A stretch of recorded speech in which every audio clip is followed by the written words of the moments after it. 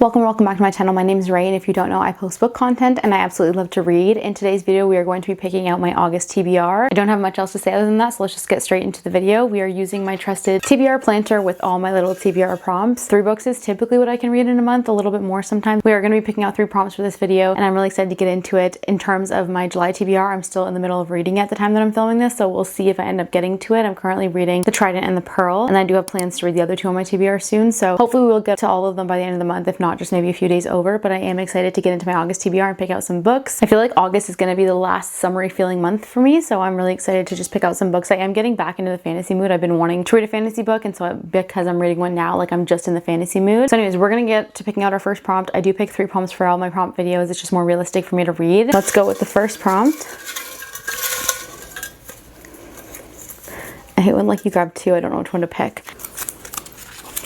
It says an author you own multiple books from but haven't read yet. That's a good one. That's a good one. There are quite a few authors that I have on my shelf that I have not read a single book from. I'm looking at my shelves right now. I could pick something from Matt Dinniman because I haven't read any of the Dungeon Crawler Carl. There's Melissa K. Rowrick, Ellie Gardner, Liz Tom Forty, Rachel Gillig. I feel like that could be a fun September time maybe. Okay, I'm gonna go pick out a few options and I will be right back. I have quite a lot to choose from, so we'll see where we go with this one. But let me go grab some options and we'll talk about them. Okay, so we have quite a few options. I have 5 different options for this. I know that's too many, but we're gonna go through them anyways. The first one we have is Web of Vows and Vengeance by Aria Ashbrook. This is the first, and I don't know if it's a series or if it is going to be a completed duology. I'm not really sure. Saw someone, like one person, talk about this online, just saying it gave them the same feeling that Fourth Wing gave them for the first time, and they had been searching for that feeling for a long time. And so I was like, I loved Fourth Wing when I first read it, and I still do love it. And so I just feel like if something can give me that similar feeling, then it might be worth to kind of pick up and read. So I did just order the first one off of Amazon because I think that they're indie published. And then when I saw there was only 2 books, I'm like, you know, I'm just gonna get this first and second because I feel like I was like reading the first and second book in series just to make sure that I do like it before I continue. It says, stripped of power, fueled by vengeance, she lost everything because of his lie. Now the only way to save her sister is to win a deadly competition that could cost her the only thing she has left, her life. When Prince Kyre twisted the truth about his mother's death, Rose paid the price. Her family was stripped of her magic, cast into the slums, and abandoned by the kingdom they once served. Now her parents are gone, and her younger sister's future hangs on the balance. Rose's only hope is the tournament of the gifting, a brutal competition held once a century where the victor earns a blessing from the goddess of light. The catch, every other contender wields the very power she was robbed of. And Prince Kyre is among them, commander of the armies, rider of the bonded dire wolf, wielder of lightning. He doesn't just want to win for vanity, he wants the gift for himself. But what could a man who has it all possibly want? Thrown into a world of magic, monsters, and merciless trials, Rose must fight not only for survival, but for the chance to reclaim her future. Along the way, she'll find unlikely allies, ruthless rivals, and a dangerous connection with her greatest enemy, one that could ruin or remake her. Web of Vows and Vengeance is a dark, slow burn enemies to lovers romantasy, featuring deadly trials, found family, gods and goddesses, political intrigue, and an underdog heroine who refuses to stay broken. This is a story of heartbreak, vengeance, and the kind of power that can never be taken. That sounds really good. After reading that again, I'm like, okay, that sounds really good. That's an option. And then we also have The Naturals by Jennifer Lynn Barnes. Now, I haven't read anything obviously by Jennifer Lynn Barnes, but I feel like if I was gonna pick up something by her, I mean, the first ever series of hers that I bought when I got back into reading was The Inheritance Games. That was like a really, really big series at the time. But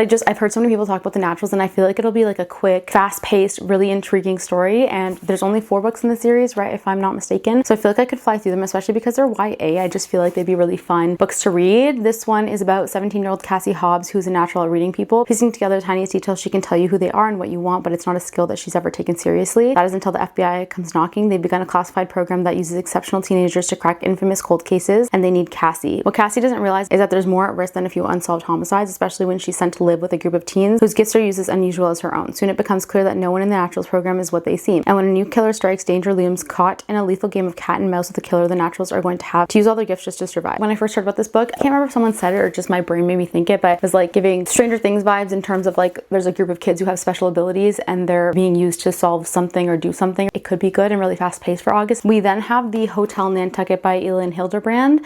Now, I have not read a single one of her books. I do have quite a few of them. I feel like I have to read this to kind of initiate myself into the Elin Hilderbrand world. So this is one that I think could be fun, especially for August. I feel like all I know about this book is that it's gossip, lots of characters, has a large cast, there's a ghost in the book. Don't really know what it's about, but it says fresh off a bad breakup with a longtime boyfriend, Lisbeth Keaton is desperately seeking a second act when she's named the general manager of the Hotel Nantucket, a Gilded Age gem rescued from neglect. She hopes her local expertise and charismatic staff can win the favor of their new London billionaire owner, as well as that of a widely popular Instagram tastemaker who can help put them back on the map. And while the renovated Hotel Nantucket appears to be a blissful paradise, complete with a celebrity chef-run restaurant and an idyllic wellness center, there's a lot of drama behind closed doors. The staff and guests have complicated pasts, and the hotel can't seem to overcome the bad reputation it earned in 1922 when a tragic fire killed 19-year-old chambermaid Grace Hadley. With Grace gleefully haunting the halls, there's the ghost, a staff harboring all kinds of secrets, and Lisbeth's own romantic uncertainty. Is the Hotel Nantucket destined for success or doom? I feel like would be perfect for August. I just feel like it would help wrap up the summer really nicely before fall starts. And then we have another fantasy. It's a little bit of a shorter fantasy, but it's of Blades and Wings from Eliza Reign, which is the first book in the Flamed Cursed Face series. I have the first 3 books. I think it's a completed fantasy series, and I have heard of Eliza Reign, and I've heard a lot of people really like her stories and her writing. It's very short, so I feel like this could be a fun little fantasy. And then the last one I have is Whispers of You by Catherine Cowles. I feel like this one, most of her books are romance with mystery and suspense. I feel like I've heard a lot of her books are fast paced. I don't really know much about this, but it says, my body broken beyond repair, the boy I thought was my forever, the life I always dreamt of, now holds back, and he's no longer a boy but a man with shadows in his eyes and demons haunting him. He says he's here to make things right, to get back a little bit of what we've lost, and he doesn't show any signs of leaving the small town. As stolen moments turn to days, Holt's around every corner with his burning stare and lingering touches. Before long, my walls come crashing down, and I'm just hoping that taking this second chance isn't as reckless as it feels. But not everyone is happy that Holt has returned. As tragedy strikes again, I'm the one left in the crosshairs, and Holt might not be able to save me this time. Didn't even know that's what this is about, but I think all of her covers are absolutely stunning. They're just so beautiful. This is the first book in the Lost and Found series. I haven't heard a lot of people talk about them, but all I know about them is that they can be very fast-paced and fun. I think I'm gonna put this one down. I don't think this one's calling out to me as much as the other ones are. Between all of these, I feel like after reading Web of Vows and Vengeance, that kind of stuck out to me the most, but I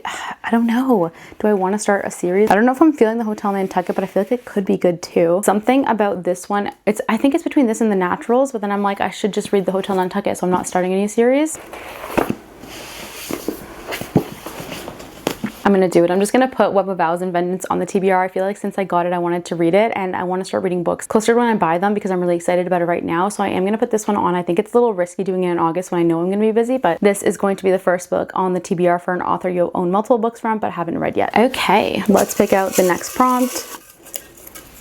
Your most recent purchase. I gotta think about that because I don't know what I recently bought, but I need to go look at my Indigo app because I think it'll be on there, or like a recent receipt, but I have no idea what I most recently bought. But let me go check and I will be right back. I don't exactly remember what my most recent purchase was, but I do think Web of Vows and Vengeance was it, but it's already on the TBR, and I can't remember. I bought it off Amazon, but I think my most recent bookstore purchase was Main Characters, but I read that already, and so it's between these two, I think, and I don't know which one was like the most recent, but this is the second book after Web of Vows and Vengeance, and I bought them at the same time. And then I bought this one when I got Main Characters, but I can't remember when that was. So like one of these two are definitely the most recent purchase. And I want to say it's this one. I feel like I'm just going to put this one on, and that way we complete a series. We're starting and completing a series, or at least the books that are out of the series right now. So I do think that this was my most recent purchase. I think we're going to put, for your most recent purchase, we're going to put Vows of Blood and Deception, which is the second book in the series. So we are starting a series and catching up to date with it in August. And I feel like that's a big win. I'm not really adding series to my series list if we do this. So I feel like this is a smart decision. We're going to be adding this one to the TBR. I don't think I've ever put a series, or at least as many books are out in the series, on a TBR before. So we might have high hopes of completing that. That is going to be the second book on our TBR. Let's pick out our third and final prompt. Okay, we've got, oh, perfect. Okay, so we've got a book you've been putting off. I love these kinds of prompts because it's going to make me go and look at the books that I've been like, oh, this is intimidating. Oh, this one is just doesn't feel like the right time to read it. So this will be a good prompt to get, but I will go pick out a few options and we'll talk a little bit about them, and then we'll make our decision for our last and final book on the TBR. Okay, we've got 3 options for this prompt. Definitely ones I've been putting off a little bit. The first book that I have is The Fine Print by Lauren Asher. With this book, when I got back into reading as an adult about 3 years ago, the first series, the completed series that I ever bought was the Fine Print series. I think it's called the Dreamland Billionaire series by Lauren Asher, and it was really, really hyped up online at the time. I had all intentions of reading it, but then I kind of went crazy with my book buying. It says, I'm in the business of creating fairy tales, theme parks, production companies, 5-star hotels, everything could be all mine. If I renovated Dreamland, my initial idea of hiring Zara was good in theory, but when then I kissed her, things spiraled out of control once I texted her using an alias, but by the time I realized where I went wrong, it was too late. People like me don't get happy endings, not when we're destined to ruin them. After submitting a drunk proposal criticizing Dreamland's most expensive ride, I should have been fired. So yeah, okay, it's about like a theme park. I know there's like an amusement park involved, and it's like a romance, and that's pretty much all I know about it. But this is the book that if you were to look at all my TBR, I think this is the oldest book that I have on my TBR, and I've been dabbling with the idea of doing like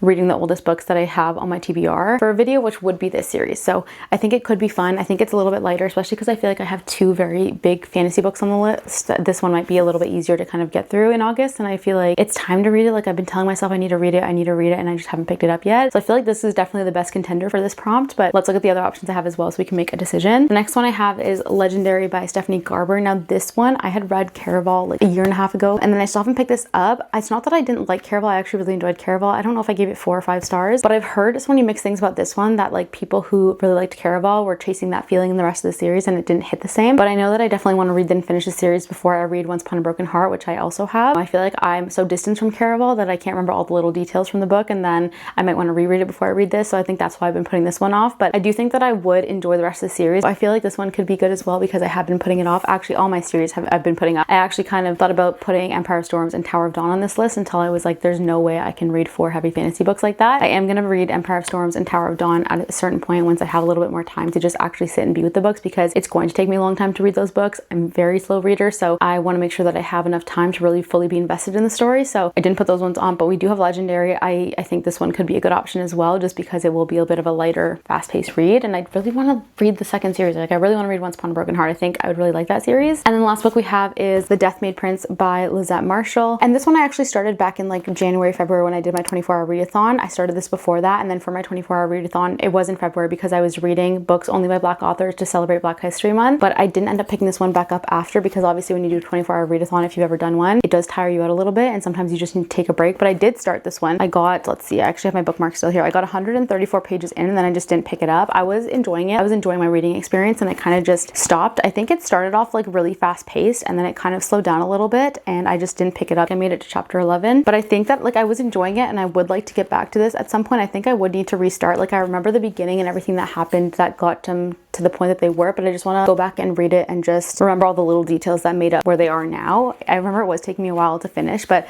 I would like to read this. I think the second book is coming out this year, if I'm not mistaken. Like, maybe even it is out, or maybe it's coming out the second half of the year, but I do want to read this one. Like I said, I was enjoying it. I know it's a bigger fantasy book, but it is interesting. Like it says, it's about a rune witch on the run who has only one option left: join forces with the sarcastic, unpleasantly gorgeous necromancer she loathes. The man Threga loved is dead, and her future is in shambles when she's sentenced to the gallows for killing her lover's murderers. It's a relief more than anything until the night before her execution, a necromancer is thrown into her cell. Escaping with him is her only chance to bring Lark back to life, and also the start of her troubles, because her new almost ally is not just any man returned from death. Fire mage rogue prince and son of the man who killed her mother, sharp-tongued Durlane Aver, is everything Threga hates. Worse, he won't revive her lover unless she joins him on a mission of his own first, using her forbidden rune magic to free his sister from the dungeons of an enemy king. But their quest turns into a deadly chase when Threga's violent past catches up with her. She begins to find out Lark was not all the man she thought she was, and neither is Durlane. So those are our 3 options. I do think that I'm going to go with The Death-Made Prince because I did start it and I would like to finish it, because I don't know when I'm going to pick it up again. I got this recommendation off of Reddit, and I feel like Reddit gives really good recommendations, and like a lot of people talk about it on Reddit. So I do want to read it, and I do think the second book is coming out this year soon, so it would be a good idea to finish it so I can get that book and continue the series. But this is the last book we are going to be adding to the TBR, because I've got 3 really big books, so we're just going to keep it at that. Now, to just summarize all 3 books on the TBR, for an author you own multiple books from but haven't read yet, we are going to be reading Web and Vow and Vengeance by Arya Ashbrook, your most recent purchase. We are going to be reading the second book in that series, Vows of Blood and Deception. And then for a book you've been putting off, we are going to be reading The Death-Made Prince by Lizette Marshall, and I'm really excited about that as well. I'm really excited about all 3 of these books. I think that it is going to be a heavy fantasy reading month, and maybe I'm overdoing it by adding 3 big fantasy books to the TBR, but I feel like I'm in the mood to do it, and I feel like I will do it. So we're going to be adding these 3 books to the TBR. I'm really excited about them. I'm really excited to update my thoughts about them. Thank you so much for watching. If you made it this far, make sure you like and subscribe to keep up with my content, and I hope to see you in the next one.